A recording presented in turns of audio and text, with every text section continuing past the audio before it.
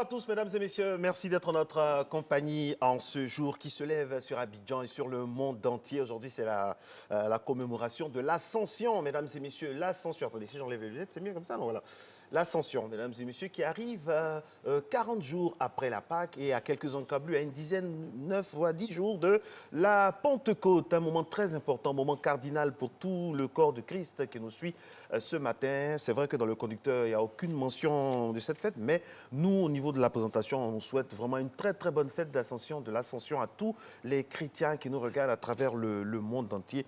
Et on espère que vraiment ce moment très très important de la foi chrétienne va irradier tout ce qui se réveille le matin, toute la population, nous aider dans le monde entier. Aujourd'hui, vous le savez, jeudi, c'est la santé qui est de mise et on espère avoir donc l'assentiment du Christ pour une bonne santé du Christ qui monte.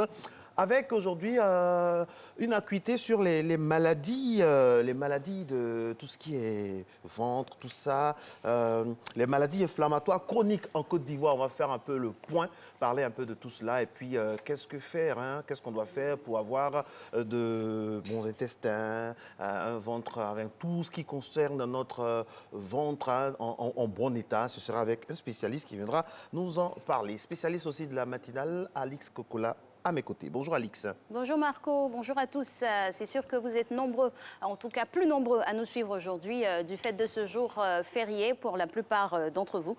Nous sommes là au poste toujours heureux d'être à nos sièges pour vous servir. Aujourd'hui, on parlera santé, on parlera également environnement avec notre sieur Cédric Lombardo qui nous entretiendra à nouveau sur le thème de la biodiversité. On a ouvert les hostilités la semaine dernière, on poursuit encore aujourd'hui. Quelles solutions de protection pour préserver cette biodiversité-là, chère à l'évolution de la planète tout entière?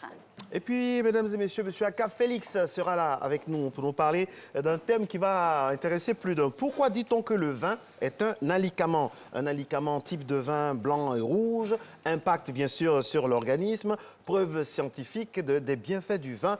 Mais bon, avec modération quand même. Voilà. Un verre de vin, pas un seau de vin. Mais ça dépend maintenant aussi de la grandeur du vin. Donc, un verre de vin pour les femmes et 2 verres de vin maximum pour les hommes. C'est ce qui est recommandé par l'Organisation mondiale de la santé. On saura s'il le confirme ou s'il l'infirme. Ah oui, ça c'est clair. Pour lui, par contre, c'est 3 verres. 3 verres d'infos. Un dans quelques secondes, un autre au milieu et puis un autre vers la fin. C'est Régis et on boit à sa santé également ce matin. Merci d'être à Matin Bonheur, réalisation Jacques Brou.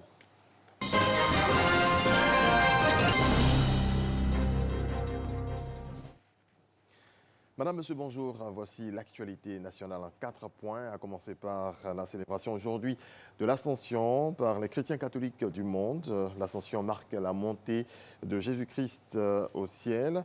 L'Ascension est célébrée 40 jours après le dimanche de Pâques, jour de la résurrection du Christ, et 10 jours avant la Pentecôte, qui est l'effusion du Saint-Esprit sur les disciples.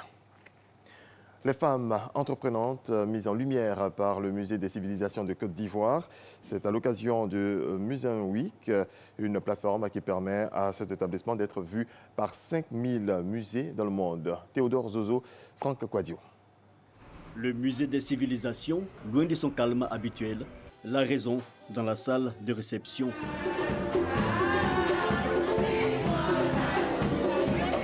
Le monde de l'artisanat féminin est célébré. Nous sommes à la première journée porte ouverte dédiée à la femme, et cela au cours de la 6e édition de la semaine du musée Museum Week. Thème choisi, les femmes dans la culture, hier, aujourd'hui et demain. La vocation première du musée étant de sauvegarder les valeurs d'une société, les réalisations et autres créations contemporaines dont les femmes sont artisanes, nous amènent à terme à créer une banque de données des figures féminines marquantes du pays pour les besoins d'études de l'histoire. Cette initiative des autorités du musée et de celle de l'INSAC acquiert l'adhésion du gouvernement. Le musée des civilisations, lieu de mémoire symbolique de valorisation du potentiel créatif humain, creuset de notre histoire, fait partie de la plateforme numérique dénommée Museum Week, lui permettant d'être visible par 5000 musées dans le monde, ce qui réjouit les femmes à l'honneur, sujettes encore à de nombreuses difficultés. Les femmes sont courageuses, elles ont envie de se battre, mais si on est incompris, qu'est-ce qu'on peut faire? Nous interpellons les autorités de nous permettre d'avoir un centre incubateur avec les équipements qu'il faut, parce que nous faisons tout ça à la main. Cette journée porte ouverte, une occasion pour les femmes artisans du vivrier d'exposer des œuvres, fruits de leur savoir-faire, mais aussi de nouer des contacts. Il est nécessaire d'aller à la paix et à la réconciliation. C'est le message que véhicule Jacob Bleu à travers ses œuvres. L'artiste peintre a exposé une quarantaine de tableaux. Du football, 27 joueurs pour la campagne de préparation de la CAN 2019. Le sélectionneur ivoirien Kamara Ibrahim a dévoilé sa préliste. Yao Kwasi Gervais est le grand absent. Suivez. 4 gardiens de but. Sylvain Bourou, Badra Ali, Tapeira, Sissé Karim. 8 défenseurs. Serge Aurier, Bakayoko Mamad, Bonlo Koulibaly, Bamba Abdoulaye, Traoré Ismaël, Canon Wilfried, Deli Simon, Komara Chek. 7 milieux de terrain. Kessier Franck, Sérédier, Bamen Jean-Philippe, Séri Michael, Sangare Ibrahim, Angban Victorien et Demandé Ismaël. Et 8 attaquants. Jonathan Kodja, Mas Gradel, Nicolas Pepe, Zaha Wilfried, Mas Cornet, Roger Assalé, Johan Boli, Bonnie Wilfried. 27 joueurs et quelques surprises, notamment le retour de Bonnie Wilfried qui viendra apporter son expérience et son vécu de champion d'Afrique aux jeunes attaquants qui joueront pour la plupart leur première CAN. Kamara Ibrahim a également profité de cette conférence de presse pour clarifier la non-sélection de Yao Kwasi Gervais, dit Gervinho. J'avoue que mon choix a été difficile. Mais au risque de me répéter, je vous ai déjà dit que je ne peux pas empiler des joueurs de même profil. Les éléphants se retrouveront dès le 31 mai en France pour le début de leur stage de rassemblement et de préparation avant de s'envoler pour les Émirats Arabes Unis le 10 juin où ils vont clôturer leur stage le 19 juin. 3 matchs amicaux sont prévus lors de ce stage de préparation. Voilà, c'est la fin de ce coup d'œil sur l'actualité nationale. Je serai de retour à 6h30 pour développer l'actualité africaine. Vous êtes convaincu par l'explication du coach? Franchement. Franchement, c'est... Gervinho. C'est le coach, mais la presse je pense qu'il y a quelque chose à dire. La presse italienne même est choquée parce que... Voilà, parce que Gervinho, c'est le meilleur buteur africain dans le championnat italien. Franchement, il a été plusieurs fois homme du match. Mais bon... Et on a souvenance de ses performances même au sein de l'équipe nationale. Donc on reste justement, un peu perplexe quant à la suite. Voilà, mais bon, franchement... Bon, après, les choix du coach sont souverains, mais pourvu qu'on gagne. Parce que si on espère bien. Je ne souhaite pas, s'il y a un souci, connaissant... On fera tout de suite parce que, le lien avec l'absence de Gervinho. On ne peut pas aller au champ sans sa machette la mieux aiguisée. Hein. Enfin, chaque liste d'entraîneurs est toujours sujette à supputation, tout ça. Parfois à tort ou à raison, mais on fait confiance. On espère qu'il y aura une bonne fin. On fait confiance, hein, on fait confiance d'emblée au coach qui sera seul responsable de... Parce qu'il a fait la liste seul. Hein. Officiellement, il fait la liste seul. Oui, officiellement, c'est seul. Il fait la liste seul. Donc il assume tout. Donc après, il ne faudrait pas qu'on vienne accuser la fédération. C'est l'entraîneur qui a fait la liste. Donc voilà. On leur souhaite bonne chance parce que nous sommes tous orange, blanc, vert dans le cœur. On souhaite bonne chance et puis on espère avoir des informations sur toutes les articulations de la préparation, Alix. Bien évidemment. Alors, pour poursuivre cette émission, on aura bien sûr quelques informations à vous distiller, notamment une célébration à l'instar de celle de l'Ascension ce jour même. Saint-Ferdinand est célébré tous les 30 mai. Et donc aujourd'hui, nous célébrons donc les Ferdinand, tous les Ferdinand. Bonne fête à vous. Et puis également, il y a des anniversaires aujourd'hui à célébrer, mesdames et messieurs. Et bien sûr, le 30 mai 1966, Frédéric Randt, né à Rodez, ancien footballeur français, reconverti entraîneur. Je ne sais pas si on n'a pas son image. Est-ce qu'on a son image, Jacques? On n'a pas son image. Mais est-ce qu'on a l'image au moins de Élise Lucet? C'est possible d'avoir l'image d'Élise Lucet? Eh oui, grande journaliste française. Oui. Emblématique journaliste investigatrice hors pair. Envoyée spéciale. Oui, Élise Lucet, avec ses interviews. Décriée des fois. Décriée à tort ou à raison, avec ses interviews sans concession. Oui. De journalisme pur comme on l'aime et qui devrait inspirer vraiment plus d'un. Et puis aussi, nous ont quitté un 30 mai Jean-Claude Brialy, acteur, réalisateur, scénariste et écrivain français, qui nous a quittés un 30 mai 2007. Il a des airs de ressemblance avec Feu, Karl Lagerfeld. Karl Lagerfeld, oui, un peu.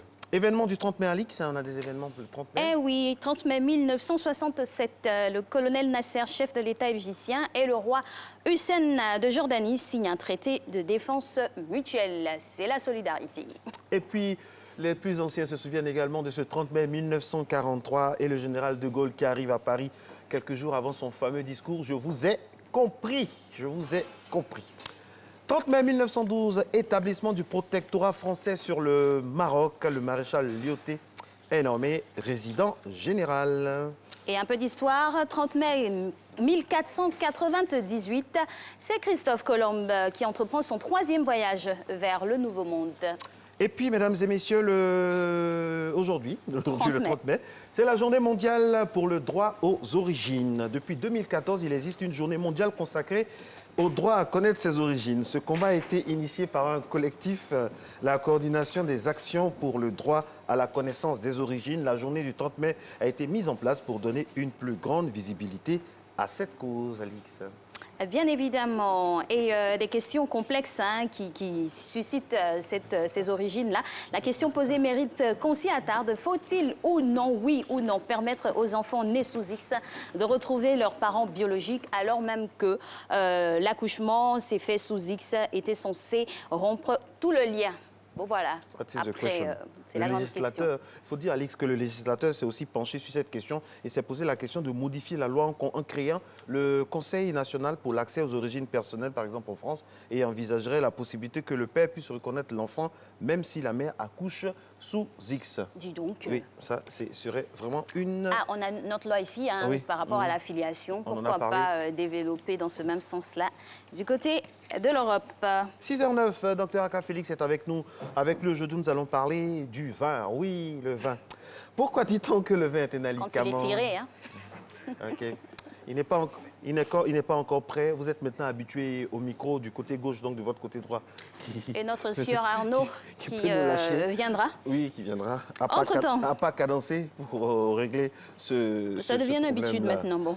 Et la semaine européenne du développement durable également, Alix. Eh oui, ça va faire plaisir à monsieur Cédric Lombardo. L'homme consomme chaque année 5 fois les ressources que la planète peut produire sans s'épuiser.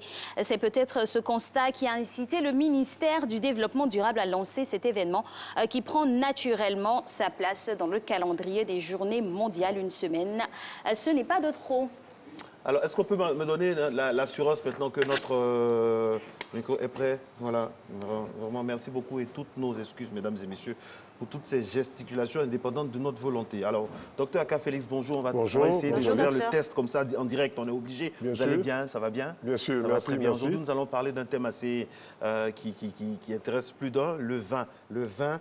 Pourquoi on dit vous êtes en rouge, hein, donc c'est le vin rouge. Le vin rouge. Costume blanc, le vin blanc. Costume blanc. Le vin blanc. C'est bien, c'est fait exprès. Alors, dites-nous tout. Pourquoi dit-on que le vin est un alicament? Donnez-nous envie de boire le... Alors, le mot alicament, Alix, Marcelin, veut dire un aliment-médicament. C'est comme ça que la communauté internationale scientifique a appelé un aliment qui a des vertus.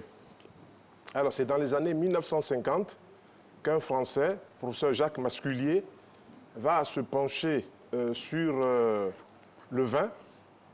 Qu'est-ce qu'il a constaté? Il a constaté que les populations du sud de la France mangeaient quand même beaucoup gras et n'avaient pratiquement pas de maladie du cœur et des vaisseaux.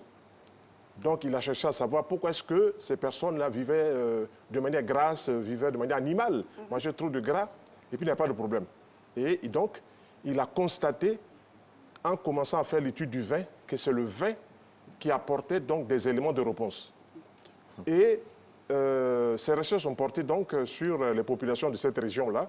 Et on s'est retrouvé donc avec un monsieur qui, lui aussi, a approfondi ses recherches. C'est le professeur Renaud de Nancy, qui est de l'Institut national de la santé et de la recherche médicale en France, l'INSERM. Lui aussi s'est penché sur des populations de la Méditerranée. Et pendant 3 ans, 4 ans, 5 ans, il a fait ses recherches pour voir qu'est-ce que les populations mangeaient. Et qu'est-ce qu'il constate, avec toutes les statistiques à l'appui, regroupées, que toute cause de maladies confondues baissait jusqu'à 30 à 40% en buvant un verre de vin par jour. C'est là où ça devient intéressant. Donc, très intéressant, je vous oui, ça devient vraiment intéressant, Marcelin, parce que boire un verre de vin, et puis on fait baisser son diabète. Boire un verre de vin, on fait baisser son hypertension. Boire un verre de vin, on fait baisser même le cancer. Et donc, ce sont des recherches pointues qui ont été effectuées, et cela montre bien quoi? Que dans le vin, il y a un pouvoir bactéricide qui soigne les bactéries. Les expériences qui ont été faites m'ont montré que le germe lié aux ulcères d'estomac qu'on appelle l'Helicobacter pylori était neutralisé par le vin. Ensuite, il y a d'autres germes qui ont été neutralisés par le vin.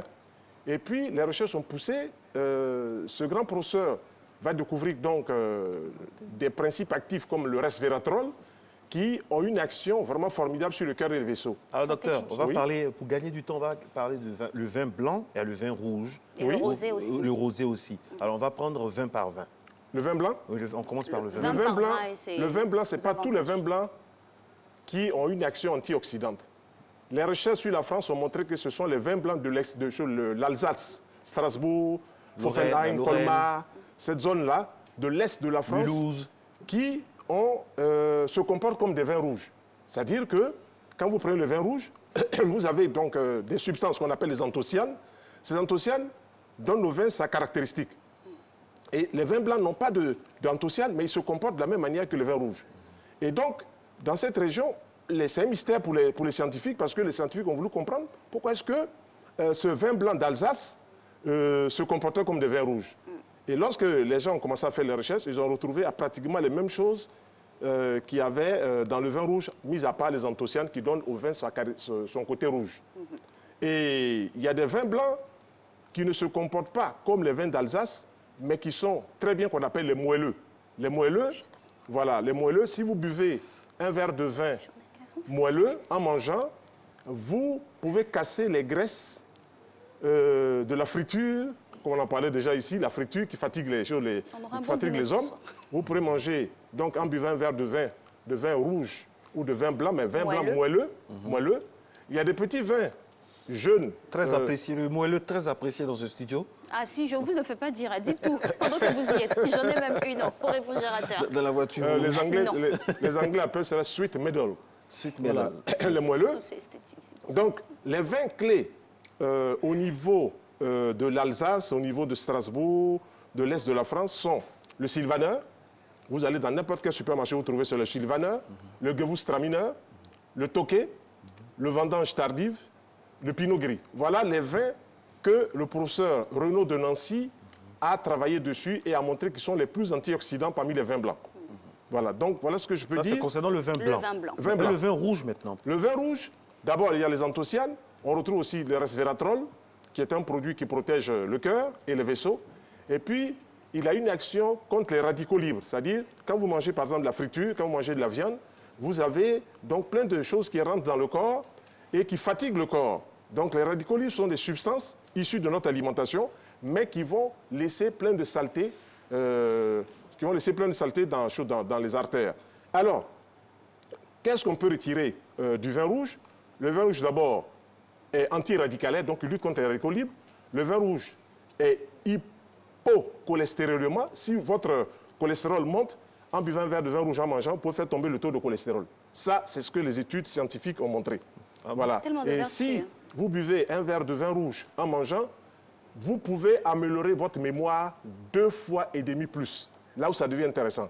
Donc, le vin devient un aliment médicament, parce que tous les éléments qui sont dans le vin, ce qu'on appelle les composés phénoliques, le phénol, il y a aussi des éléments qui agissent sur les artères, ce qu'on appelle les OPC. Les OPC, si on traduit mot à mot, c'est oligomère pro-anthocyanidike. Ce sont des substances qu'il y a dans le vin qui vont nettoyer les graisses qu'il y a au niveau des artères. Là, c'est vraiment intéressant. Voilà, on boit une boisson et puis d'un côté, on récupère le côté thérapeutique. Voilà, donc le vin rouge a une bonne action sur le sang et les recherches du professeur Renaud de Nancy ont montré qu'il y avait autour de 5 vins rouges. Quand on dit les vins, il y a le cépage et puis il y a le nom du propriétaire. Ce n'est pas la même chose. Oui. Donc les vins rouges, il y a le Merlot, il y a le Syrah, il y a le Tanat, il y a le Grenache et puis il y a le Pinot Noir. Voilà les 5 vins rouges qui sont antioxydants. Donc qui luttent contre le vieillissement cellulaire, qui luttent contre tout ce qui peut amener l'organisme à vieillir et même à être malade. Donc ce grand professeur a montré qu'en buvant un verre de vin rouge, tous les jours, on dit 1 à 3 verres, donc peut-être un à midi, un le soir, on amène... c'était 1, 2, maintenant c'est 3. Non, ils ont dit 1 à 3 verres. Donc on peut boire un verre le matin, 3. On peut boire un verre à midi, on peut boire un verre le soir. Pour les femmes, pour les hommes, la même chose. Les femmes n'ont pas le même potentiel au niveau du foie, donc les femmes 1 à 2 verres. D'accord. Voilà, 1 à 2 verres, parce qu'au niveau du foie de la femme, il y a une enzyme qui est moindre que chez l'homme, c'est comme ça que la science l'a montré. Cette enzyme s'appelle alcool déshydrogénase. Donc cette enzyme-là va bouffer, va consommer, va détruire 95% de l'alcool du vin qui s'appelle l'éthanol. Donc la femme, c'est combien de verres? La femme, 3 quarts de verre. 3 quarts de verre. 3 quarts de verre. 3 quarts de verre, 2 fois par jour, 1 fois par jour, ça dépend d'elle. 1 à 5 verres, ça peut aller. Non, 1 à 3 verres.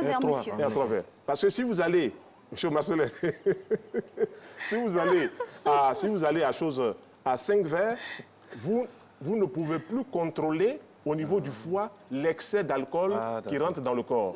Et le corps est obligé de mettre un procédé de compensation qu'on appelle le ZOC, xanthine oxydase catalase. C'est un système pour essayer de compenser. On va bâiller, on va transpirer. Alors, et c'est trop de sollicitations même pour l'organisme. Voilà, trop de sollicitations. Qu'on nous montre les verres en question, parce qu'il y a verre de vin et verre de vin. Comment il s'appelle? Jacques Brou.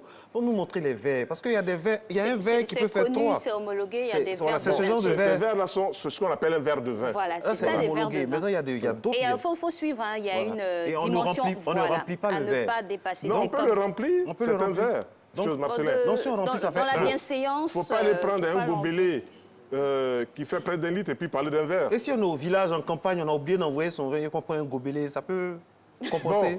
Bon, les villageois ou certains villageois aiment bien le vin, c'est vrai, ils aiment bien le vin rouge, c'est vrai, mais ce n'est pas en vidant une bouteille de vin qu'on fera du bien à son corps. Okay. Au-delà de 2 verres par repas, c'est ce que dit la science, au-delà de 2 verres par repas, on va glisser dans un système qu'on appelle le MEOS. C'est-à-dire, le MEOS, c'est un système de compensation où on transpire, où on a envie de vomir, où on a... Donc, l'excès, évidemment, va nuire. Mais sinon, si on respecte les 1 à 3 verres de vin, c'est sûr qu'on va bien se porter. Il y a un autre médecin qui a travaillé aussi sur le vin, c'est le professeur Marc Orgogozo, aussi de l'Institut national de sciences. Lui, il a travaillé sur les maladies d'Alzheimer. Il a pris des personnes qui ont 65 ans jusqu'à 75 ans. Et pendant 3 ans, il leur a donné, 4000 personnes, il leur a donné un verre de vin matin, midi, soir. Et on est arrivé donc à quoi?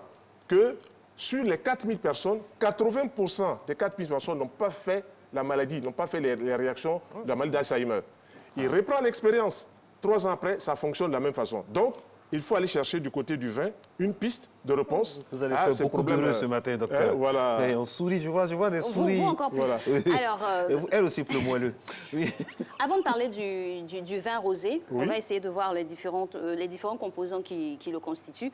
On va essayer de se rapprocher de chez nous. Le vin de palme, aurait-il des vertus? Ce n'est pas la même chose. Le vin de palme, si vous le prenez dès la pression, c'est-à-dire s'il est sorti tout de suite du palmier, il est bon. Il a des vitamines, il a des sels minéraux, il est bon. Mais dès qu'il fermente, l'action change complètement. Par exemple, une femme qui a un enfant qui n'arrive pas à faire monter le lait, si elle prend un verre de vin de palme qui vient de sortir tout de suite, elle fait une montée de lait. Donc, le vin de palme est galactogène. Fait monter le lait tout de suite. Pardon, il est quoi? Galactogène. Il y a le lait dedans. Galactogène. Voilà. Donc, si on travaille au niveau du vin rouge, ce qu'on doit retenir, que plus le vin est bio, non traité, parce que les gens mettent quoi? Les fournisseurs, les négociants mettent plein de petites saletés dedans, qu'on appelle les congénères. Ça fait que quand vous buvez un verre de vin, vous avez mal à la tête. Alors qu'un verre de vin bio, vous buvez, vous n'avez pas mal à la tête. vous buvez même un verre de whisky qui n'est pas traité, vous n'avez pas mal à la tête. Donc ce sont les impuretés, les congénères qu'on met dans ces boissons-là. Et les négociants le savent, les fabricants le savent. C'est tout un système. Et comment le consommateur peut savoir Comment le consommateur peut quelles sont les indications sur la bouteille. C'est pour ça que je suis venu donner des noms de vins sur lesquels, ou des cépages sur lesquels on peut travailler. Si on travaille sur le vin rouge, le merlot, le syrah, le tanat, le pinot noir et puis le grenache, voilà des vins qui sont sécurisés. Voilà. Maintenant, le fournisseur ou le fabricant va mettre son nom, baron de ceci, baron de ça, ça ne nous intéresse pas. Qu'est-ce qu'il y a dedans? Donc, vous savez, les Ivoiriens regardent, il y a un vin local avec une étoile en bas, je ne vais pas dire le nom. Qu'est-ce que les Ivoiriens disent de... Vous savez, les Ivoiriens, nous, on écoute. Moi Marcelin, vous voyez, moi, j'aime écouter ce que les Ivoiriens disent parce que ce sont aussi nos patrons. Il y a une bouteille de vin, on ne va pas dire le nom. Il y a une étoile en bas. Est-ce que c'est reconnu par l'Organisation mondiale de la santé? Il y a un vin qui est ici depuis près de 60 ans. C'est lui, exactement. C'est ça. Ce vin-là, il est bon. C'est de ça qu'il s'agit. Voilà. Il est bon? Parce que des millions de personnes attendent votre réponse. Mesdames et messieurs, un moment très solennel pour tous les Ivoiriens. Tous les adeptes. De tous les endroits de Côte d'Ivoire. Docteur, oui. Ce vin est bon. Ce vin est bon, mais je dis toujours, un verre de vin par repas. Un verre de vin par repas, serré, 2 verres. Pas plus que cela. OK. Voilà. 2 verres. Voilà. Si on peut oublier 3, et puis bon, c'est pas grave. Non, il ne faut pas oublier. Pas 3. Quand vous prenez 3, il faut être à la maison, vous dormez en même temps. Parce que quand vous commencez à avoir les yeux qui tournent, un vertige, vous commencez à être mal à l'aise, n'allez pas casser les voitures des gens, n'allez pas vous faire des palabres. Voilà. Donc, c'est pour cela que... Parce que thérapie ivresse. Même dans la Bible des chrétiens, on dit, comme ça au psaume 104, verset 15, c'est le vin qui réjouit le cœur de l'homme. Voilà. Un peu de vin pour tes problèmes d'estomac. Voilà. C'est écrit dans la Bible. Si vous prenez du vin, comme j'ai cité là, pour les ulcères d'estomac, ça vous fait du bien parce que le germe qui est lié aux ulcères d'estomac, l'Helicobacter pylori, est neutralisé par le vin rouge dont j'ai parlé. Voilà, ça, ce sont les recherches scientifiques pointues. Voilà. Vraiment, merci. Donc, voilà ce que je voulais dire par rapport à le vin qui est un alicament.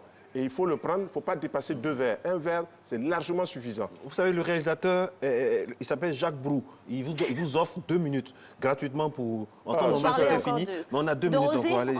On va parler du rosé. Le rosé, il s'appelle Jacques Brou. Ce sont des raisins. Vous savez, il y a le raisin blanc, il y a le raisin noir, il y a le raisin rouge, puis il y a le raisin qui est rosé. Tout ça, c'est quoi? Ce sont des vins qui sont bons. Tous les vins sont bons, mais il y en a d'autres qui sont plus antioxydants que certains. Sinon, tous les vins sont bons. Mais si vous voulez rentrer dans la démarche thérapeutique d'un vin en tant qu'alicament, ce sont ceux-là que j'ai cités, les vins rouges. Voilà. Il y en a qui vont, par exemple, chercher un Bordeaux. Un Bordeaux, ça ne veut rien dire. C'est une appellation contrôlée. Voilà. Derrière le Bordeaux, qu'est-ce qu'il y a? On parle de Bordeaux supérieur aussi, tout ça. Dans la région de Bordelais, on trouve le syrah, on trouve le merlot, les cépages. Donc, le fournisseur qui achète le vin, il le met dans une bouteille, il met son nom dessus. Bordeaux nouveau, Beaujolais nouveau. Qu'est-ce qu'il y a derrière l'appellation contrôlée? Il y a donc un cépage qu'il faut connaître. Voilà, c'est ce que je voulais partager avec vous ce matin. Parce que si on n'a pas compris cela, on pense que Bordeaux, c'est un vin. Bordeaux, ce n'est pas un vin, c'est une appellation. Docteur, on parle souvent de vin chaud. Oui, c'est vrai.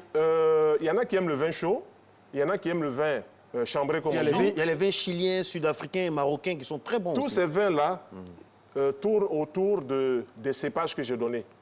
Tous les cépages que j'ai donnés. Quand vous allez au Portugal, il y a des petits vins qui sont jeunes, mais qui font quoi, 6 degrés, de vin du Portugal. Puis il y en a d'autres en France qui tournent autour de 14 degrés. On les appelle les liquoreux. Les liquoreux, c'est des vins qui sont charpentés, pour parler comme les consommateurs de vin, qui sont corsés, qui sont charpentés. À ce niveau-là, des fois, on s'oriente vers les vins en fonction de leur pourcentage. Est-ce que c'est la bonne il y a même un médecin qui a écrit un livre dessus, il y a 50 ans en arrière, Dr Maury, soignez-vous par le vin.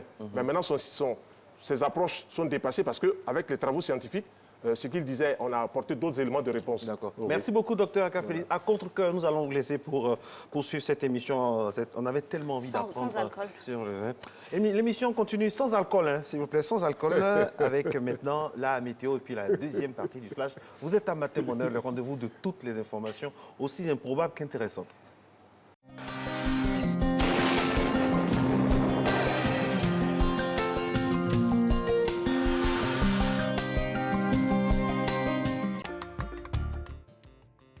Mesdames et messieurs, bonjour. La matinée sera sous un ciel très nuageux avec des pluies matinales suite à la traîne laissée par les orages de la veille dans les régions partant du rivage océanique à la limite centre du pays. Les régions proches des frontières nord du pays seront sous un bel ensoleillement avec de nombreux passages de nuages.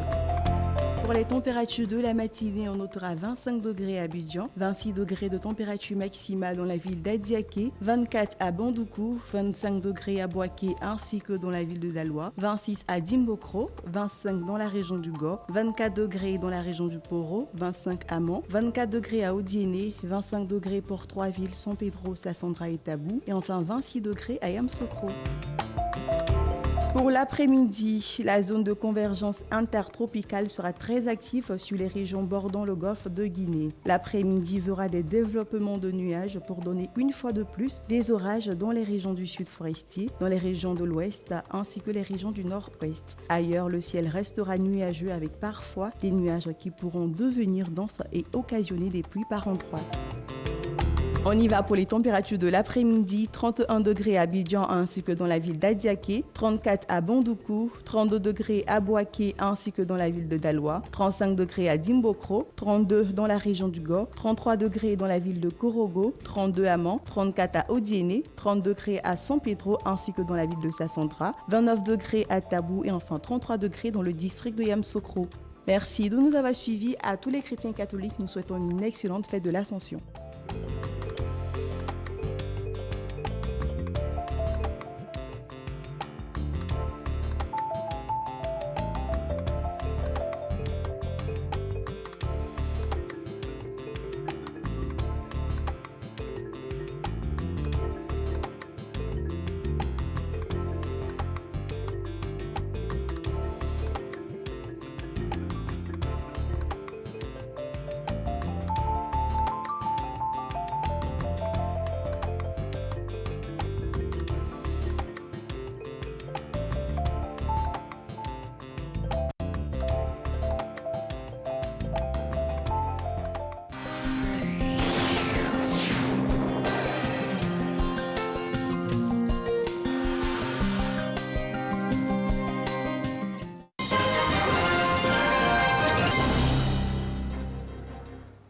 Nous sommes de retour dans ce nouveau rendez-vous de l'actualité, cette fois consacré à l'Afrique. Merci de nous rejoindre.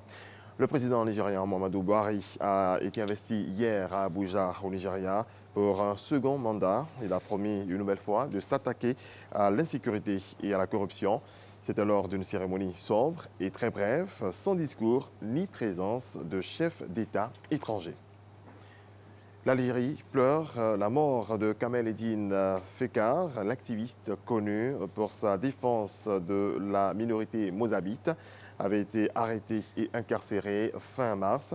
Il avait entamé une grève de la faim pour protester contre sa détention. Il est décédé quelques heures seulement après avoir été transféré en urgence à l'hôpital de Blida. Au Soudan, les 2 jours de grève à l'initiative de l'Alliance pour la liberté et le changement, l'organisation civile en pointe de la contestation, se sont achevées hier soir. L'action visait à contraindre les soldats à faire des concessions dans le partage de pouvoir durant la transition qui doit amener à des élections. Au Ghana, un nouveau vaccin contre le paludisme redonne l'espoir de faire reculer cette maladie qui tue des centaines de milliers de personnes chaque année, particulièrement des enfants.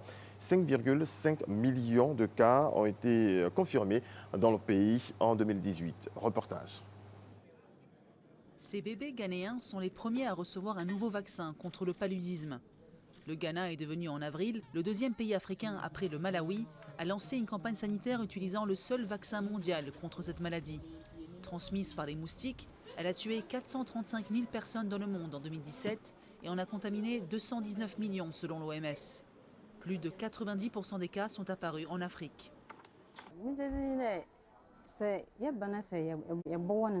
Je pense que si nous vaccinons tôt, ça nous aidera à l'avenir et ça nous évitera de dépenser autant d'argent pour la prévention des maladies. Ça permettra d'empêcher la maladie dès le départ.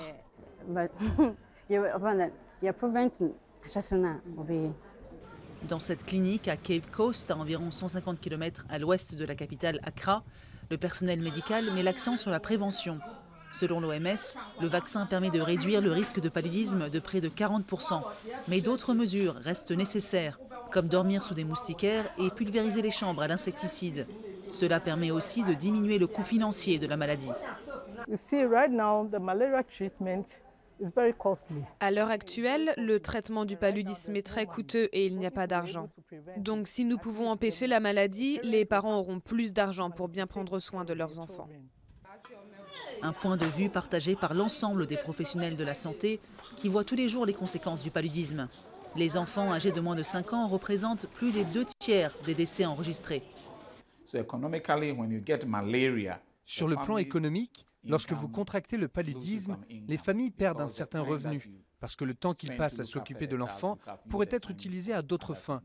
Donc ce sera une très bonne chose si ce vaccin est capable de réduire le paludisme chez les enfants de moins de 5 ans. Je suis sûr que ça va aider. Après le Malawi et le Ghana, le vaccin devrait également être développé au Kenya, redonnant espoir de réduire le lourd bilan de la maladie.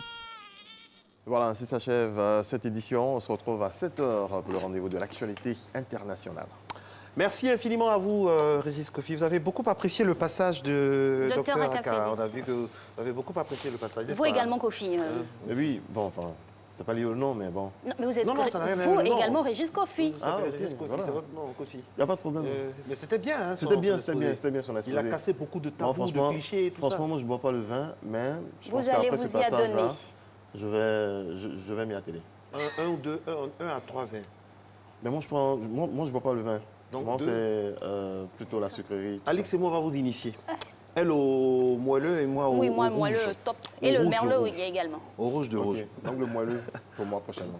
Merci beaucoup à tous d'être en notre compagnie. Aujourd'hui, c'est le jour de l'Ascension. Et puis, il y a aussi des baptêmes aujourd'hui. On aimerait comme ça souhaiter un heureux baptême à Nathan et Erika du côté de Biétry qui vont vraiment recevoir l'onction du baptême. Et puis également, joyeux anniversaire à Fatou Sanogo, à qui nous faisons un gros bisou de la part de toute l'équipe de Matin Honneur, Alix. Eh oui, c'est très intéressant de célébrer des anniversaires comme ça. Le jour de l'Ascension, c'est... Des moments heureux. Oui, le jour de l'Ascension, ça revêt d'un caractère assez particulier. La montée du ciel, du Christ, voilà, la montée de Jésus au ciel. Nathan, Erika, voilà. Recevoir le sacrement de la Renaissance, c'est très important. C'est aussi important de parler de la biodiversité et des solutions qu'on peut apporter pour sa protection.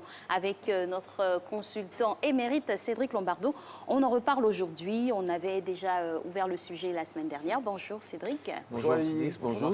Alors Cédric, la biodiversité, c'est tout le monde qui nous entoure.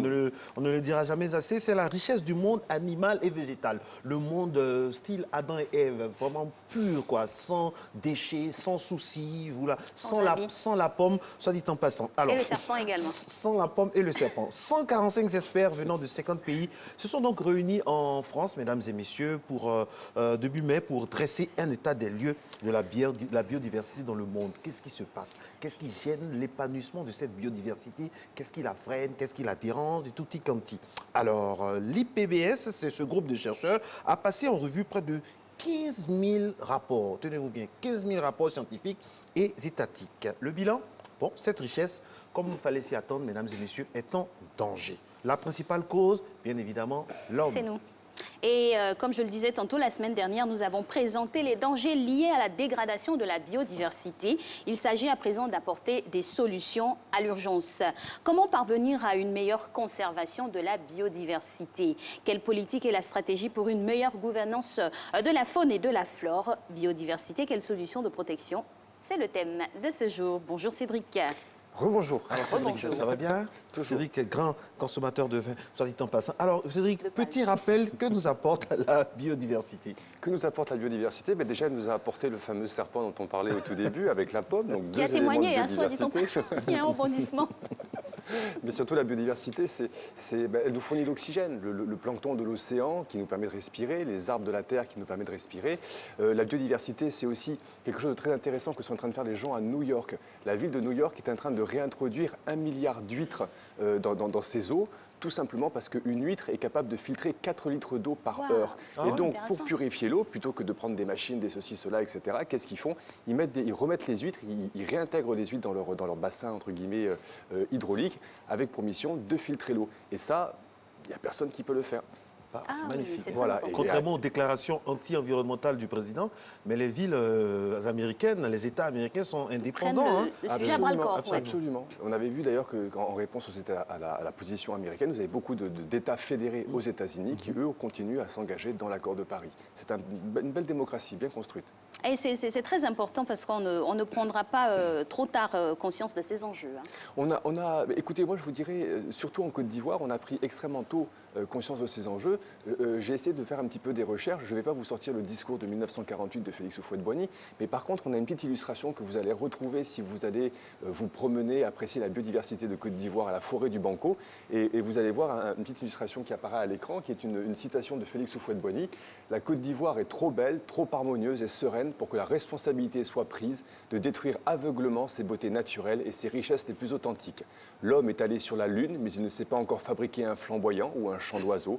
Gardons notre cher pays d'erreurs irréparables qui pourraient dans l'avenir l'amener à regretter ses oiseaux et ses arbres. Cédric, ça c'était en quelle année? En 1900? Alors ça, c'était beaucoup plus tard. C'était une citation qu'il a faite. Mais la première position que l'on voit de Félix Houphouët-Boigny sur la protection de la biodiversité, de l'environnement en Côte d'Ivoire, date de 1948. La stratégie ayant été à l'époque de dire, bon, il faut qu'on parte sur un monde agricole, mais par exemple, n'allons pas trop vite dans l'exploitation des richesses minières, parce que là, les dégâts sont irréparables. Alors, depuis cette fameuse phrase du visionnaire, du grand bâtisseur de la Côte d'Ivoire moderne, qu'est-ce qui est fait en Côte d'Ivoire concrètement pour protéger la biodiversité, Cédric? Alors, il y a beaucoup d'actions qui ont été mises en place et on ne le dira jamais assez. On a eu une très belle stratégie de développement et on a encore une belle stratégie de développement. Mais je voulais vraiment vous présenter une initiative, donc toujours à l'époque de Félix Houphouët-Boigny, on était dans les années 1967, c'est le Centre national floristique. Et c'est le premier élément vidéo qu'on vous présente ce matin. Quelle a été la première stratégie de conservation de la biodiversité qui a été mise en place en Côte d'Ivoire? Et nous aurons le plaisir d'écouter son directeur, M. Ouattara. Le CNF abrite ce que nous appelons l'herbier national, qui est riche de plus de 450 espèces de la flore de Côte d'Ivoire, en 2, 3 ou 4 échantillons. Et nous avons donc un herbier de plus de 25 000 échantillons. Et nous avons un arboretum qui fait environ 5,5 hectares et une jachère d'environ 6 hectares. Et nous avoisinons à peu près 10 à 10,50 hectares d'espace de conservation de la flore. Nous accueillons donc des chercheurs pour identifier les espèces de plantes. Nous accueillons des étudiants pour faire des visites guidées. Nous accueillons également des écoliers dans le cadre de l'éducation environnementale. Et dans un second temps aussi, nous participons à tout ce qui est activité de recherche sur les plantes. Et nous animons plusieurs conférences pour éveiller la conscience populaire sur les dangers qui guettent la diversité biologique en général et les plantes en particulier. Ce patrimoine peut nous aider à reconstruire la biodiversité sur le territoire, d'autant plus que le CNF est un modèle, j'allais dire, unique au sein de Cocody, où nous avons une multitude d'arbres semenciers. Les semenciers, c'est les arbres qui produisent des graines, des semences. Et donc aujourd'hui, nous avons ici une banque de semences vivantes. Nous pouvons collecter à n'importe quel moment de l'année. Nous avons des graines viables ici que nous pouvons collecter. Et nous avons mis en place un programme de production de plants. Donc, en permanence, nous collectons des graines sous les arbres et nous les traitons et nous faisons des pépinières. Nous avons ici une pépinière de plus de 10 000 espèces. C'est un véritable joyau environnemental. Hein. Il a été créé, ce centre, quand exactement? Alors, il a été créé de mémoire en 1967 et grâce à un homme qui s'appelle Laurent Akéassi, qui était un de nos chercheurs au mérite, malheureusement qui nous a quittés, mais qui est vraiment celui à qui on doit toute la stratégie, d'ailleurs toute la compréhension de la richesse de la biodiversité de Côte d'Ivoire. Il avait réussi à convaincre à l'époque de l'importance, alors que les dangers n'existaient pas. Je veux dire, en 1960, on n'était pas très nombreux en Côte d'Ivoire. Mais il avait compris déjà quels étaient les enjeux, il avait suffisamment de passion pour avoir réussi à convaincre le gouvernement de Côte d'Ivoire de créer cette stratégie de biodiversité. Et le CNF, vous le verrez très simplement, il est à l'université Félix Houphouët-Boigny. Et quand vous allez rentrer à l'intérieur, c'est un lieu qui est ouvert à tous. Vous pouvez rentrer dedans, vous pouvez vous déplacer. Ils ont vraiment une stratégie d'accueil du grand public pour montrer justement toute cette richesse que nous avons encore. Pique-niquer et tout ça, profiter de la nature. Exactement. Alors Cédric, le CNF, on l'a bien vu, hein, est plus centré sur tout ce qui est végétal, on l'a compris. esprit. Alors, quid des espèces animales? Alors, pour les espèces animales, de nouveau, on a une très belle stratégie dans ce pays. Ce sont les aires protégées de Côte d'Ivoire. Donc, c'est un domaine aujourd'hui qui est sous mandat de l'OIPR, Office ivoirien des parcs et réserves. Mais vous avez ce qu'on appelle la diagonale écologique qui va de Taï, la forêt Taï, jusqu'à la forêt de Bouna. Et tout un ensemble d'espaces ont été mis en place en Côte d'Ivoire, justement pour protéger à la fois le monde végétal, mais aussi et surtout le monde animal. Il n'y a que 2 endroits où on a une petite faiblesse en Côte d'Ivoire. Le premier, c'est le parc de la Maraoué, qui a subi quelques dégâts, entre guillemets. Du fait des conflits. Du fait des conflits, mais faut le dire. Par exemple aussi, dans ce parc, on trouve une école. Et on parlera de gouvernance tout à l'heure, mais il n'est pas tout à fait logique que dans une aire protégée, une aire qui est juridiquement consacrée à la protection et à la conservation, un territoire qui est délimité pour protéger la richesse de Côte d'Ivoire, on mette une école à l'intérieur. Mais ça, c'est aussi... Comment est-ce possible? Comment on est arrivé là? C'est le fait. Vous avez aussi dans des forêts classées, parfois vous retrouvez des écoles. En fait, c'est lorsque les choses s'installent, elles se mettent en place progressivement, et c'est le fait, les situations de fait qui nous amènent à ces circonstances, au détriment des situations de droit. Donc voilà. Parlons de l'État, qui est donc indispensable dans cette démarche. Est-ce que nous avons des enjeux de gouvernance en matière de biodiversité? Alors, nous avons des enjeux de gouvernance en matière de biodiversité et on regardait justement avec le professeur Inza Pendant la Koné. campagne électorale, on n'entend rien sur la biodiversité, sur l'environnement. Dans nos pays africains, principalement en Côte d'Ivoire. J'ai fouillé dans tous les programmes de tous les candidats au présidentiel depuis 2000. Je n'avais pas vu de choses majeures concernant l'environnement. Il n'y a malheureusement pas eu de très grandes mentions. Ça, c'est une vérité. Mais si vous regardez aujourd'hui ce qui vient de se passer lors des élections de l'Union européenne, tout le monde se rend compte qu'il y a une grande poussée du vote écologique, du vote bio, entre guillemets. Mais ça, c'est aussi en France, 13% pour le parti exactement. Les Verts. Et en Allemagne, la poussée très importante. Et ça, j'ai envie de dire, c'est grâce aux jeunes. C'est grâce aux jeunes parce qu'ils arrivent justement dans l'âge de droit de vote. Ils sont beaucoup plus nombreux, entre guillemets, que nous, les vieux. Ça y est, c'est fait, malheureusement. Et ils ont conscience de ces enjeux parce que pendant très longtemps, on disait il faut penser aux générations futures, il faut penser aux générations futures. Mais elles sont là, elles sont sur le terrain et elles ont bien compris que leur avenir est compromis. Et donc, c'est eux qui nous aident justement à avoir cet élan de conscience impératif. Donc, je reviens sur la thématique de la gouvernance. Grâce avec Inza Koné, quand on vous disait que dans ce pays, on a des merveilleux chercheurs la semaine dernière sur nos thématiques, eh bien, on a essayé de regarder à peu près quels étaient des bons exemples et des exemples un tout petit peu plus difficiles. Et donc, c'est le deuxième élément vidéo de ce matin, biodiversité, quelle gouvernance ?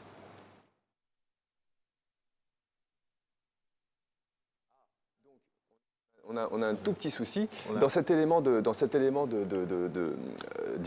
entre guillemets, donc il est le directeur général du Centre suisse de recherche scientifique, il prenait deux exemples. Alors, un exemple qui a le mérite d'exister, qui est un petit peu le comité de gestion locale que nous avons au niveau de nos aires protégées de Côte d'Ivoire. Il disait, on a une stratégie qui a été mise en place qui permet d'associer tout le monde. Donc, l'OIPR met en place des stratégies de consultation au niveau local et on a beaucoup d'acteurs qui sont présents. On va retrouver naturellement la préfecture, puisque la préfecture représente l'État, l'administration centrale sur le territoire. Et c'est une stratégie en fait, qui permet à tout le monde de participer à cette démarche. Mais malheureusement, ce que faisait remarquer Inza, c'est que lorsqu'on veut faire remonter l'information, puisque le mandant de cette stratégie, c'est le préfet, on a finalement le ministère de l'Intérieur qui devient le responsable de la démarche. Mais si le ministère de l'Intérieur se déclare, lui, incompétent sur une thématique forestière ou sur une thématique environnementale, c'est là où on se rend compte que les plateformes que l'on met en œuvre n'arrivent pas à diffuser l'information. Et donc, c'est une difficulté que l'on a parce qu'il faut que chaque État... La biodiversité, c'est une stratégie transversale. Ce n'est pas simplement le ministère de ceci, le ministère de cela, c'est toute une stratégie gouvernementale.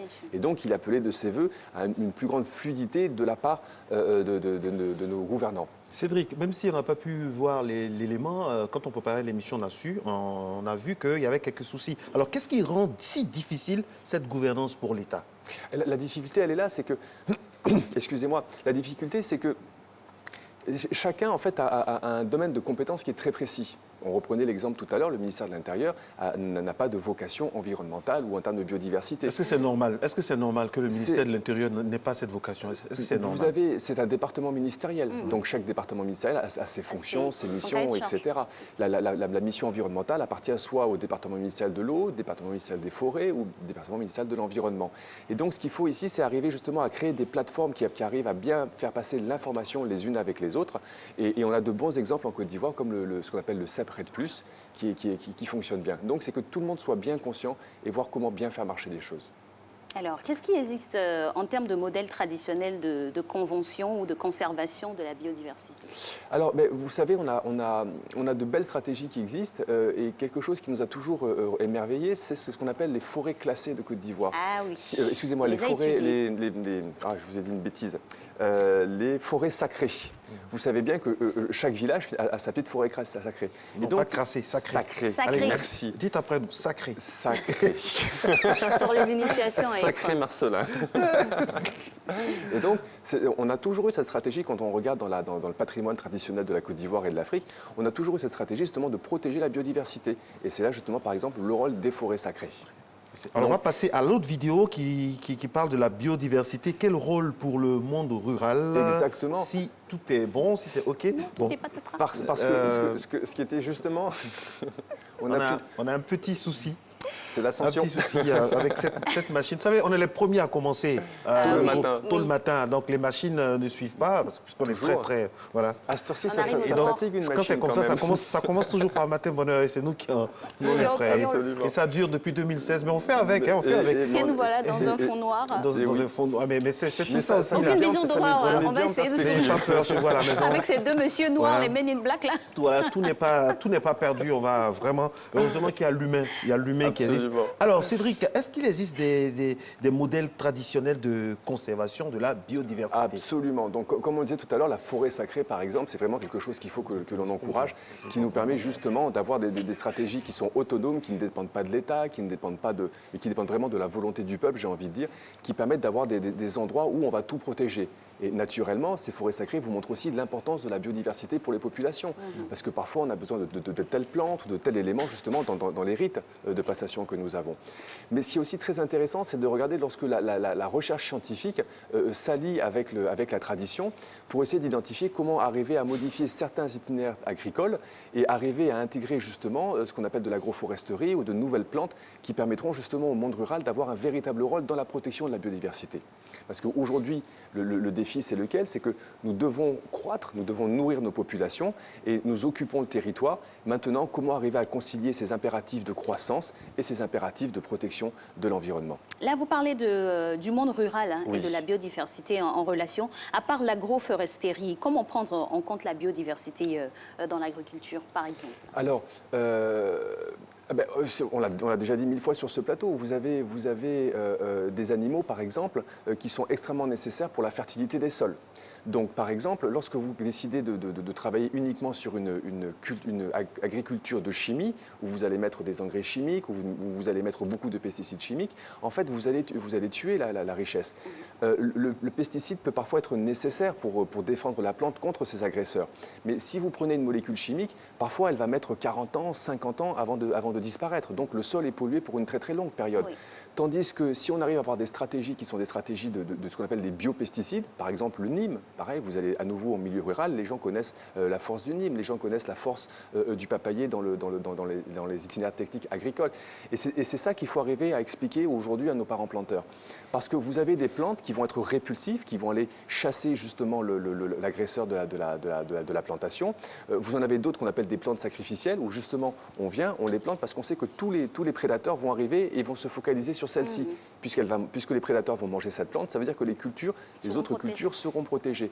Et c'est ça aujourd'hui dont on doit faire la promotion, parce qu'il est nécessaire qu'on arrive à bien comprendre la richesse végétale que nous avons, comment l'intégrer dans nos différentes plantations, de telle sorte à ce qu'on n'ait plus besoin d'apporter des intrants chimiques, mais qu'on arrive à jouer sur différentes associations végétales pour qu'une plante vienne protéger l'autre. Intrants chimiques, le mot est lâché. Alors, un monde sans pesticides, est-ce que c'est possible, Cédric? Un monde sans pesticides, c'est possible. Alors, je vous dirais, c'est encore plus possible lorsque l'humidité est moins forte, parce que vous savez que plus il fait chaud, plus il y a d'humidité, plus il y a de vie. C'est le principe de nos forêts tropicales. Et plus vous allez retourner dans un monde où il y a de la chaleur mais pas beaucoup d'humidité, vous aurez beaucoup moins de vie. Donc dès qu'on va rentrer dans ce qu'on appelle nous les savanes humides, c'est-à-dire qu'on va arriver vers Béoumi, Boaké, etc., on aura moins de pression de la part des parasites. Et donc il sera beaucoup plus facile de mettre en place des stratégies d'agriculture biologique. Vous avez en Côte d'Ivoire des entreprises qui font de la banane bio. Qui vient de Côte d'Ivoire et qu'on va arriver à exporter vers d'autres pays. C'est au moment où on rentre plutôt dans ce qu'on appelle le tropical humide, nos régions forestières, où la vie est tellement riche que c'est un petit peu plus difficile d'arriver à travailler. Mais de nouveau, on a été sur la Lune.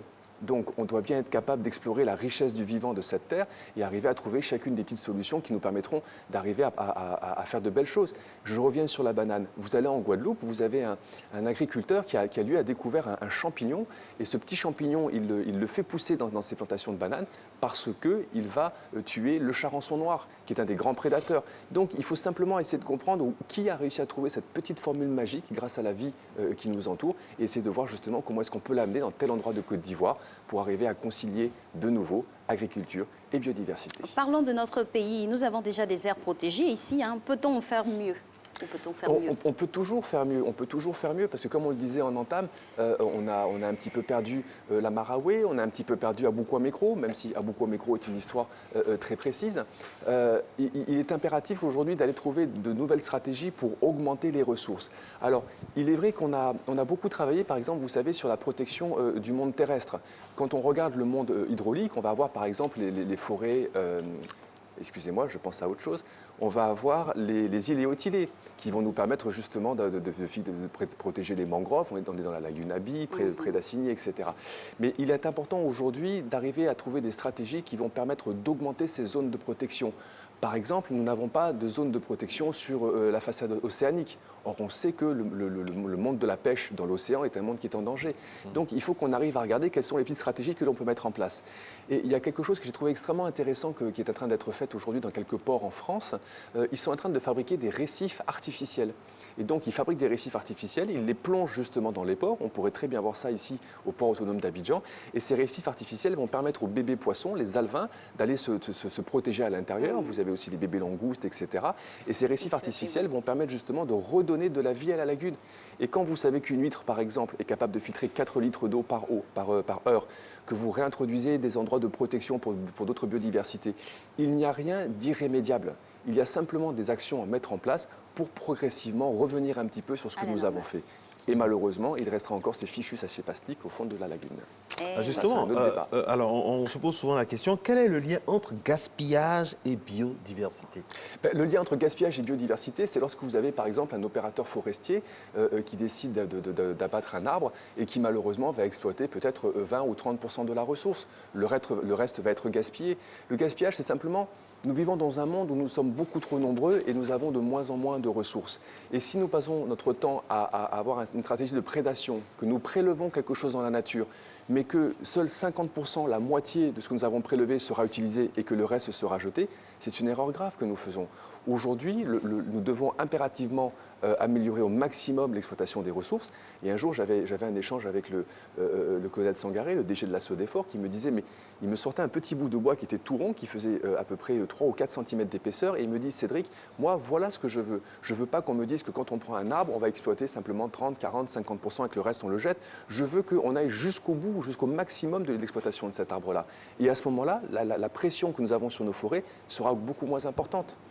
Donc, si vous gaspillez, vous perdez de la ressource. Si vous perdez de la ressource, puisque cette ressource nous vient de la Terre, naturellement, nous allons perdre en biodiversité. C'est à peu près ça qui nous embête. C'est clair. Et dans cet état de fait-là, c'est clair que les actions synergiques vont porter plus. Mais au niveau individuel, qu'est-ce qu'on peut faire? Au niveau individuel, qu'est-ce que nous pouvons faire? Alors, il faut regarder aussi quel est le petit territoire que nous avons. Comme on l'a dit, si vous avez la chance d'avoir une maison avec un jardin, vous avez des actions. Si vous avez un petit appartement avec un balcon, vous avez aussi des actions à mettre en place. Mais même si vous n'avez rien, si vous habitez dans un immeuble, vous pouvez très bien monter simplement sur le toit de cet immeuble et essayer de regarder comment créer quelques petites poches de biodiversité. Vous avez des choses qui sont très intéressantes. On vous montre des dessins qui sont des dessins futuristes avec des villes vertes, on voit des forêts sur les toits, on voit ce genre de choses, mais ça existe véritablement. Vous pouvez par exemple avoir des stratégies d'élevage d'abeilles, entre guillemets. Donc c'est un peu plus difficile chez nous parce que les chaleurs sont très très fortes par rapport à ce qu'on peut voir facilement dans les pays qui sont au nord où les températures sont plus clémentes. Mais on peut très bien essayer de comprendre comment arriver à transformer un petit espace qui n'est pas un espace de vie en un espace de biodiversité. Et c'est là où on voit la force des plantes en matière de résistance et en matière de résilience, c'est que dès que vous avez une petite faille dans du goudron, vous allez toujours trouver une petite plante qui va arriver à pousser sur cette faille-là. Et donc c'est à nous maintenant d'arriver à encourager toute cette richesse du vivant, à reprendre un petit peu le pas sur ce que nous faisons à notre belle planète et à notre beau pays. Merci Cédric. Avec un grand Merci plaisir. beaucoup pour ces éclairages. Et puis encore une fois, toutes nos excuses pour ces vidéos qu'on n'a pas pu voir. C'est totalement indépendant, mais vraiment totalement indépendant de votre volonté. J'espère bien. Allez, Alix, la suite s'il vous plaît. La suite, c'est Régis, bien évidemment, ou la réclame pour maintenant. Pas de réclame. D'accord. Donc, on va dans quelques instants avoir Régis pour le Flash Inter et également notre thématique santé aujourd'hui qui parlera des maladies inflammatoires chroniques situées à l'intestin. Donc, on va essayer de déceler toutes ces maladies-là, déjà de les connaître, de les définir et puis d'ébaucher des solutions pour les combattre. Voilà, Régis a installé, c'est le Flash.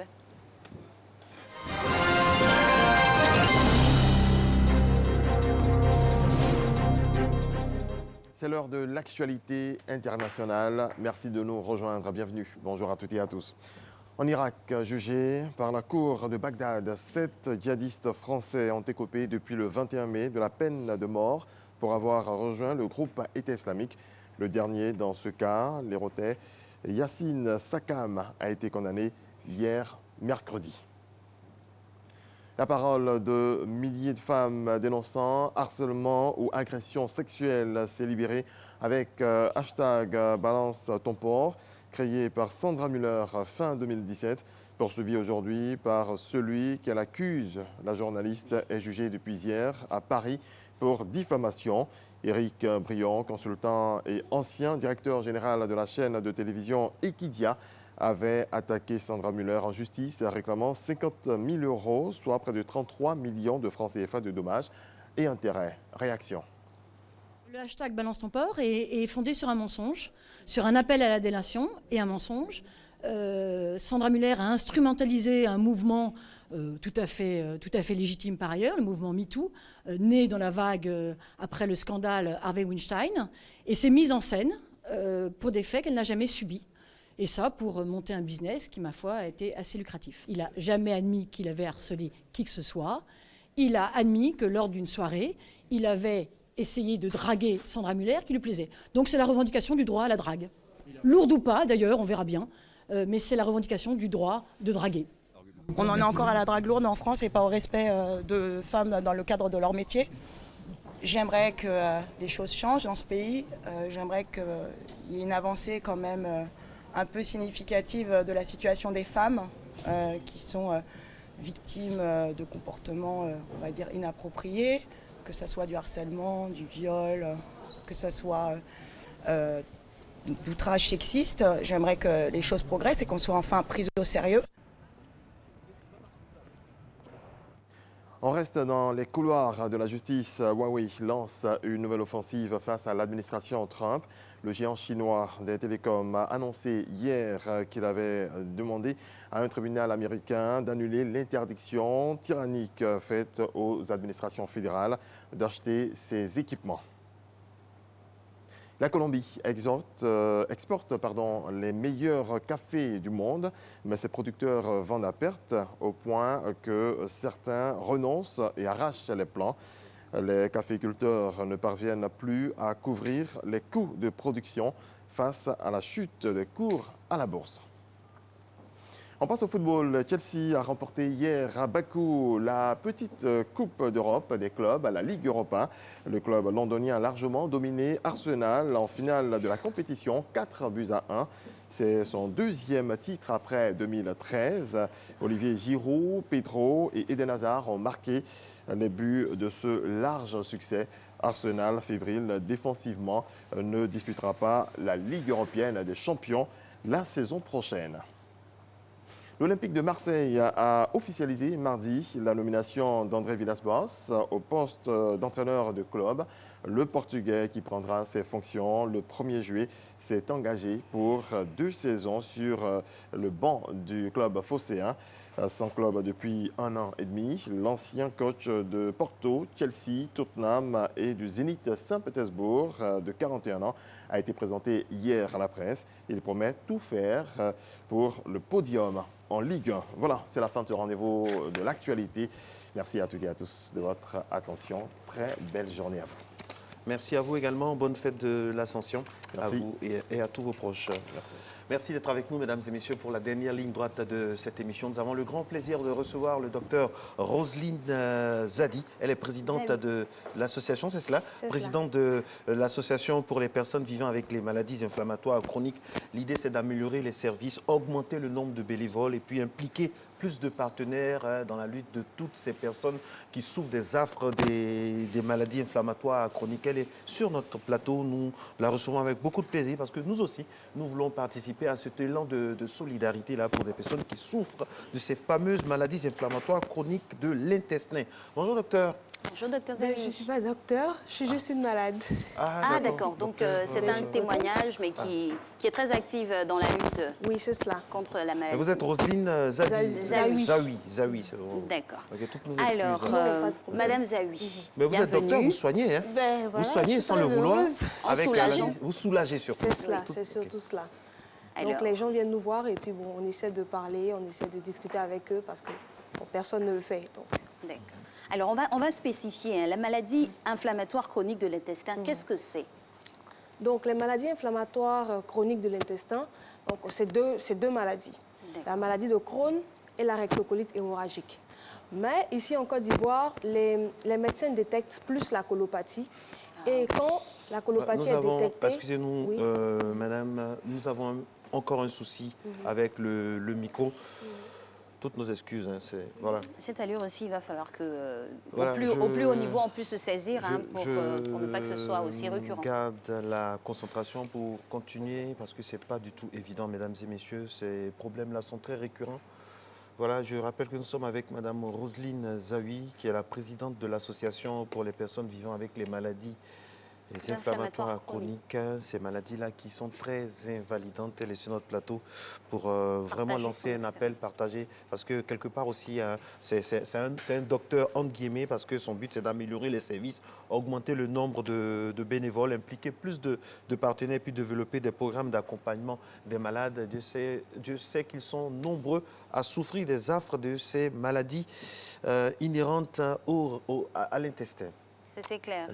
Et c'est sûr que dans cet état de fait, là, il n'y a pas une reconnaissance au niveau sanitaire en tant que telle. Elle a introduit à l'entame de son propos. On va développer dans quelques instants le temps que nos techniciens finissent de le faire. Voilà, c'est bon. Madame, toutes nos excuses pour ce désagrément. Alors, on poursuit quant à la définition de ces maladies-là. Donc voilà, je disais, les maladies inflammatoires chroniques de l'intestin, c'est deux maladies. La maladie de Crohn et la rectocolite hémorragique. Donc aujourd'hui, quand les médecins détectent, ils détectent plus la colopathie. Mais ils ne vont pas plus loin que ça. Moi, j'ai été détectée de la colopathie, je suis restée 2-3 ans, mais j'avais toujours mal. Donc c'est après plusieurs recherches et surtout une coloscopie et puis on a eu cette photo-là. Et donc c'est là qu'on a vu que c'était la maladie de Crohn. Je sais que vous n'êtes pas spécialiste, hein, mais est-ce qu'on peut citer déjà toutes ces maladies-là pour avoir une idée? Non, c'est que les deux maladies. Mais c'est vraiment trouble digestif. La colopathie, les noms des deux maladies, la maladie de Crohn et la rectocolite hémorragique. Voilà. Okay. Mais les médecins, ils font le diagnostic de la colopathie. Parce que la diarrhée, quand tu as la diarrhée ici en Côte d'Ivoire, on pense d'abord à une diarrhée parasitaire ou à une gastro, une gastrite et tout, et on ne va pas plus loin. Mais quand vous avez des diarrhées qui perdurent, moi, mon record de diarrhée, c'était 4 mois. Donc, quand vous avez des diarrhées qui perdurent 2 semaines, 3 semaines, 1 mois, 2 mois, vous devez aller plus loin que les diarrhées parasitaires. Là, vous avez essayé d'identifier un des symptômes de ces maladies-là. C'est la maladie, ces symptômes-là, est lié à laquelle? Non, dans les deux cas, on a la diarrhée. On a la diarrhée. Oui. C'est le point commun. C'est le point commun, oui, la diarrhée. Mais il y a aussi des vomissements, il y a aussi des douleurs abdominales atroces. Vraiment, c'est le basique. Maintenant, quand vous faites la coloscopie, donc c'est là que vous voyez, il y a, quand l'intestin est tout irrité jusqu'au bout, vous avez la rectocolite hémorragique. Mais quand c'est des spots d'inflammation, c'est la maladie de Crohn. Sinon, la base... Vous maîtrisez, oui. Hein? Oui, parce que Face à l'inexistence peut-être de la connaissance de la chose. Ça fait 6 ans qu'on a découvert, mais j'étais malade déjà avant. Donc je me suis dit, bon, il faut que je cherche ce que c'est, parce qu'on ne peut pas rester comme ça. Les gens ont parlé de VIH, les gens ont parlé de pratiques mystiques, on veut la tuer. Bon, j'ai tout entendu. Aujourd'hui, vous allez bien? Oui. Dieu merci, oui. Vous allez bien. Grâce peut-être encore plus à vos recherches approfondies. Alors, vous êtes présidente de l'association, c'est dire que cette maladie-là touche beaucoup de personnes, la proportion? Oui, actuellement, on est à près de 500 personnes sur la page. On a créé une page Facebook, on a créé un site internet www.amici.ci. Alors, qu'est-ce qui a sous-tendu la naissance de cette association-là? Le déficit en matière d'assistance dans les hôpitaux, tout ça, ou bien vous avez dit non, voilà, il faut que je me lance, ou bien vous avez été inspiré par vos connaissances, à force de chercher, vous avez dit pourquoi pas? Oui, en fait, moi je suis tombée malade, je suis restée 4 mois à l'hôpital, comme j'ai dit. Donc je me suis dit, bon, peut-être que quelque part en Côte d'Ivoire, il doit y avoir quelqu'un qui souffre aussi comme ça, mais qui ne sait pas quoi faire. Et c'est là que j'ai commencé à chercher. J'ai été diagnostiquée en 2013 et c'est en 2016 que j'ai lancé l'association. Mais avant ça, je cherchais. J'ai vraiment fait beaucoup de recherches. Il y a le professeur Alassane Mahassadi qui me suit au CHU de Yopougon. Et lui, il m'aidait beaucoup. Bon, il m'aide toujours parce qu'il est toujours là. Le professeur Alassane qu'on salue, qui fait énormément pour l'AMICI, surtout que ce n'est pas évident, des médicaments coûtent cher, il faut beaucoup d'informations, il faut vraiment être très, très, très aguerri. Oui. Et à ce niveau-là, parlons toujours de vos recherches. Quelle est on va dire, la complicité que vous avez maintenant avec les médecins? Est-ce que c'est connu, c'est détecté maintenant? Ils se disent, ah oui, on a étudié ça, on sait de quoi il s'agit ou pas du tout? Est-ce que les lignes ont bougé? Les lignes commencent à bouger. Parce qu'aujourd'hui, les gens se disent, ah, peut-être que les diarrhées que j'ai depuis 2 mois, ça peut être ça. Est-ce que je fais la fièvre typhoïde, mais ça peut être maladie de Crohn, ça peut être rectocolite hémorragique. Là, déjà, que les gens se disent ça, c'est déjà un grand pas pour nous. Au niveau sanitaire aussi? Oui, aujourd'hui, on essaie de sensibiliser aussi les médecins. Ah, oui. C'est clair que devant... quand ce n'est pas un médecin qui est en face, les médecins ne sont pas très réceptifs. Alors, vous avez une conférence à l'occasion de la Journée internationale de lutte contre les maladies inflammatoires chroniques de l'intestin en 2019. Alors, comment ça se passe? Ça s'articule autour de quoi? Et puis, quand les gens viennent, qu'est-ce qu'on leur dit? Parce que l'idée, comme vous dites dans le manifeste, ce n'est pas de frayer les gens. C'est juste de la prévention. C'est très, très important. Oui. Aujourd'hui, on est dans le cadre de la prévention. Parce que les gens, ils ne savent pas. Donc, nous avons organisé la cérémonie officielle de la journée mondiale, parce qu'il y a une journée mondiale, de lutte contre les maladies inflammatoires chroniques de l'intestin. Chaque année, c'est le? C'est le 19 mai. 19 mai. Et donc, ce jour-là, on sensibilise. On invite les gens et on dit, venez, vous qui avez des diarrhées qui persistent, vous qui avez mal au ventre, vous qui avez des gaz et tout, venez vous informer. Peut-être que vous êtes dans l'un ou l'autre des cas. Chez nous, on dit plaie de ventre. Quand il y a des soucis, on dit plaie de ventre, alors que ça cache beaucoup de choses. Oui, ça aussi j'ai entendu. Ça aussi j'ai entendu quand j'étais malade. Mais Roselyne, tu as une plaie de ventre. Roselyne, tu as VIH. Roselyne, tu as... Vraiment, j'ai tout entendu. Jusqu'à ce qu'on sache que ce que Roselyne a, ça s'appelle maladie de Crohn. D'accord. Alors, comment vous avez, dans votre cas, vous avez expliqué tout à l'heure que c'est par l'intervention de la... Comment ça s'appelle? La coloscopie. La coloscopie que vous avez pu détecter. Donc, c'est uniquement par ce moyen-là qu'on fait le diagnostic? Oui. C'est le moyen ultime, on va dire. Parce qu'on fait aussi fibroscopie, on fait scanner, on fait échographie. Parce que quand vous avez mal au ventre, comme on ne peut pas toucher exactement ce qui est dans le ventre, on essaie de voir d'abord autour. Et puis, on se dit, bon, OK, on va faire coloscopie.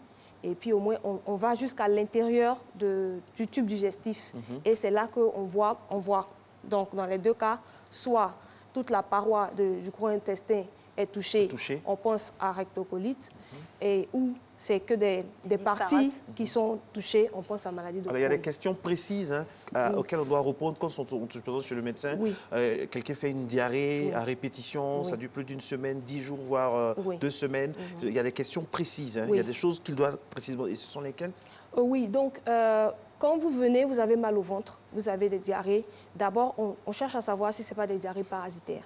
Parce que si ce n'est pas gastro, si ce n'est pas une gastrite, quand c'est une gastrite, la nature des selles, tout ça, ça compte? Oui, ça compte.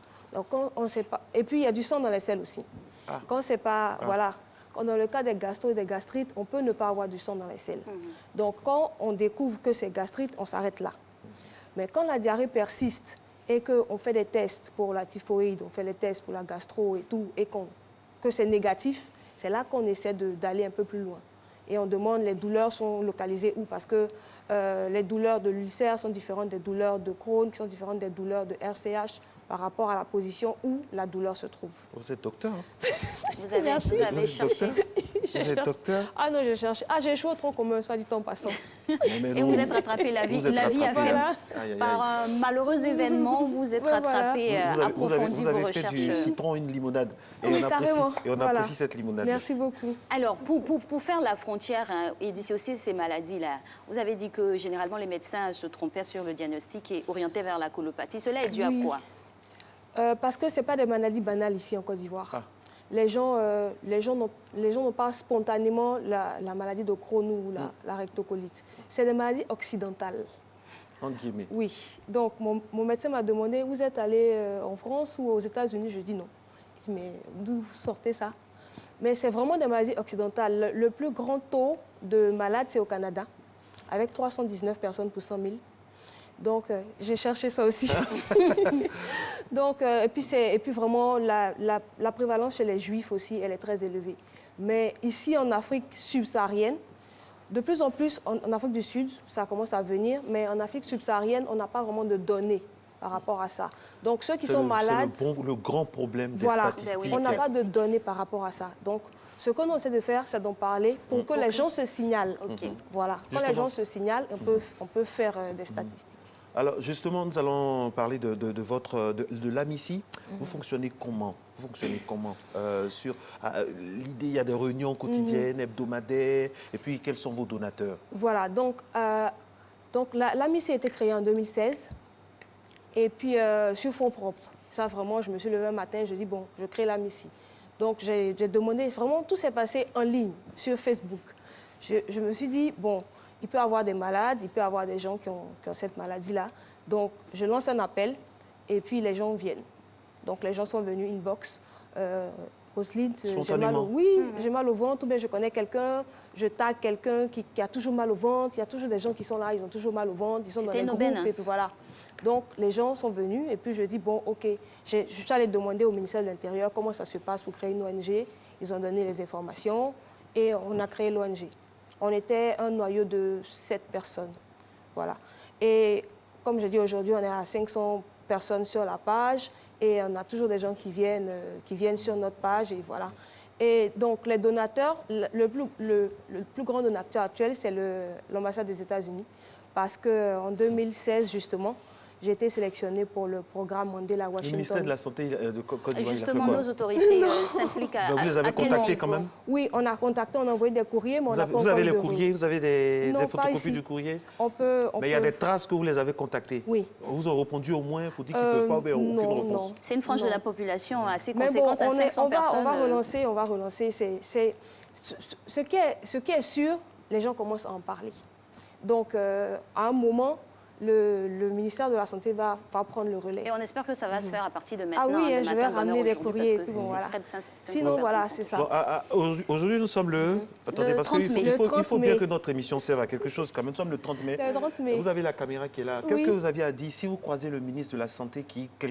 Akaouele, qui est quelqu'un de bien, honnêtement, que je connais depuis longtemps. Personnellement, je me permets, les membres de son entourage, peut-être qu'il n'est pas informé. Vous avez la caméra. Dites quelque chose à M. le ministre de la Santé, nous sommes une association qui milite pour les personnes vivant avec les maladies inflammatoires chroniques de l'intestin. Ce que nous voulons aujourd'hui, c'est vraiment que les MICI soient reconnus maladies actuelles, justement, en Côte d'Ivoire, parce qu'il y a beaucoup de gens qui souffrent et qui n'ont pas forcément d'alternative. Donc, on a besoin d'assurance surtout les examens médicaux, parce que c'est ce qui nous coûte le plus cher. Les examens médicaux qui ne sont pas couverts et aussi les médicaments qui ne sont pas pris en compte par l'assurance, parce que ça coûte cher. Donc, les assureurs... On dit que ce sont des maladies de riches. De riches. Donc, les assureurs, ils se disent, bon, on va pas payer pour des gens qui sont déjà malades, en fait. Donc, vraiment, c'est pour qu'on sache que c'est des maladies qui existent et que des gens souffrent de ça. et aussi qu'on puisse entrer en contact avec l'association pour prendre en charge vraiment ces maladies-là. C'est clair. Voilà. Dites tout, hein? Oui, c'est ça, vraiment. Assurance, examens médicaux, médicaments. Et puis surtout que les médecins aussi, parce que les médecins, bon, c'est des maladies occidentales, donc ils ont vu ça en classe, mais ils n'ont pas vu ça sur des personnes ici. Donc c'est un peu compliqué pour eux aussi. Donc qu'on accentue la formation sur cette partie. Et si on veut faire des dons à votre association, vous êtes dûment constitué avec un compte en banque, tout ça, avec 2 signatures, commissaire au compte. Non, parce que les Ivoiriens sont très généreux, mais veulent savoir ce à quoi sert l'argent qu'ils donnent. Oui, c'est clair. Voilà, si vous avez un contact. On a des numéros. On a des numéros mobile money parce que les gens ils donnent plus facilement maintenant par mobile money. Donc sur la page, on a déjà fait les formations. Maintenant pour le compte bancaire, je ne peux pas faire de publicité. Non, mais vous pouvez donner au moins le numéro et puis ils vont vous appeler pour tout. Le numéro, c'est le 08 47 40 36. Oui, c'est ça. C'est cela. 08 47 40 36. Et on prendra attache avec vous pour 225, si vous vous appelez de l'extérieur. 225 08 47 40 36 pour sauver des vies. Voilà, et vous avez parlé de recherche au niveau international. Est-ce que vous avez des colloques ou bien des rencontres avec des associations extérieures pour renforcer, bien sûr, la lutte? Donc, la plus grande association actuelle, c'est l'association américaine qui s'appelle Crohn and Colitis Foundation of America. Donc, je suis allée aux États-Unis et j'ai rencontré la CCFA. Et ils ont été vraiment géniaux parce que là-bas, il y a environ 3 millions de personnes qui sont dans l'association. Et il y a des sénateurs, et il y a des députés. Tout le monde sait à peu près, tout le monde sait ce que c'est. Ils sont au fait de la maladie. Oui, eux, ils savent. Et ils ont voté des lois pour ça. Vraiment, ils sont très bien accompagnés sur les maladies inflammatoires chroniques de l'intestin là-bas. Donc, nous avons rencontré et puis nous avons fait un partenariat. Et donc, ils nous apportent des choses de temps en temps, pas tout le temps, mais ils nous apportent quand même des informations, ils nous apportent des gadgets qu'on peut distribuer lors de nos conférences. Et au-delà des gadgets, toujours dans la même démarche, peut-être que quelqu'un du ministère peut faire l'émissaire de l'autre côté pour renforcer aussi la connaissance. Donc il y a plusieurs associations en général dans les pays occidentaux. Donc il y a l'association de France qui nous soutient, qui et les associations sœurs en Afrique, l'association du Niger, donc, non, ça n'existe pas. Ça n'existe pas là-bas? Il y a une seule association, bon, il y en a 2. Il y a l'association de l'Afrique du Sud et l'association de la Côte d'Ivoire. Waouh. Alors, est-ce que le professeur Alassane Mahassadi, qu'on salue respectueusement, on espère qu'il viendra ici aussi nous en parler, est-ce qu'il fait aussi son lobbying de son côté pour sensibiliser un peu tout le monde du secteur médical, notamment les professeurs, les docteurs, tout ça? Oui, lui, le professeur Mahassadi, il est agrégé en gastroentérologie. Et c'est même le cas de Roselyne Zawi qui l'a pour faire son agrégation. C'est là qu'on est devenus potes, surtout. D'accord.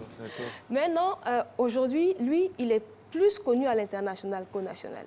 Parce que la thématique même de la gastroentérologie, c'est...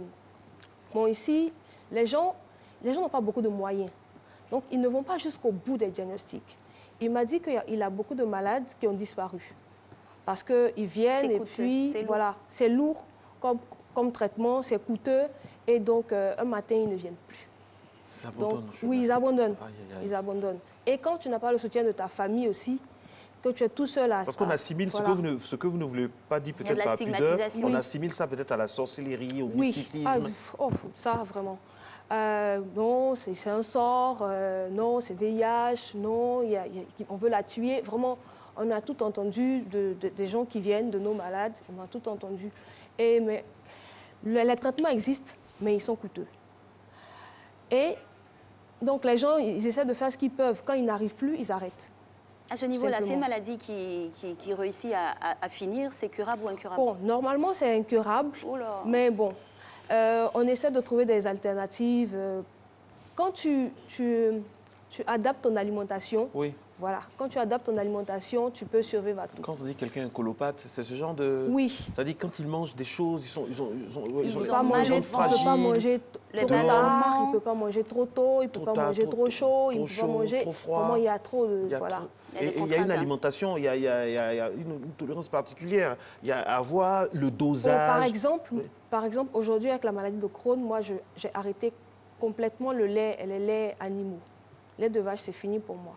Donc, l'alternative, c'est le lait végétal. Le soja, par exemple. Voilà, lait de soja, c'est très bien. Et ça te fait pas avoir mal au ventre. C'est pour ça qu'on dit que c'est pour les riches, parce que le régime que ça impose, j'imagine, les supermarchés... Hein, non, mais on peut tout manger.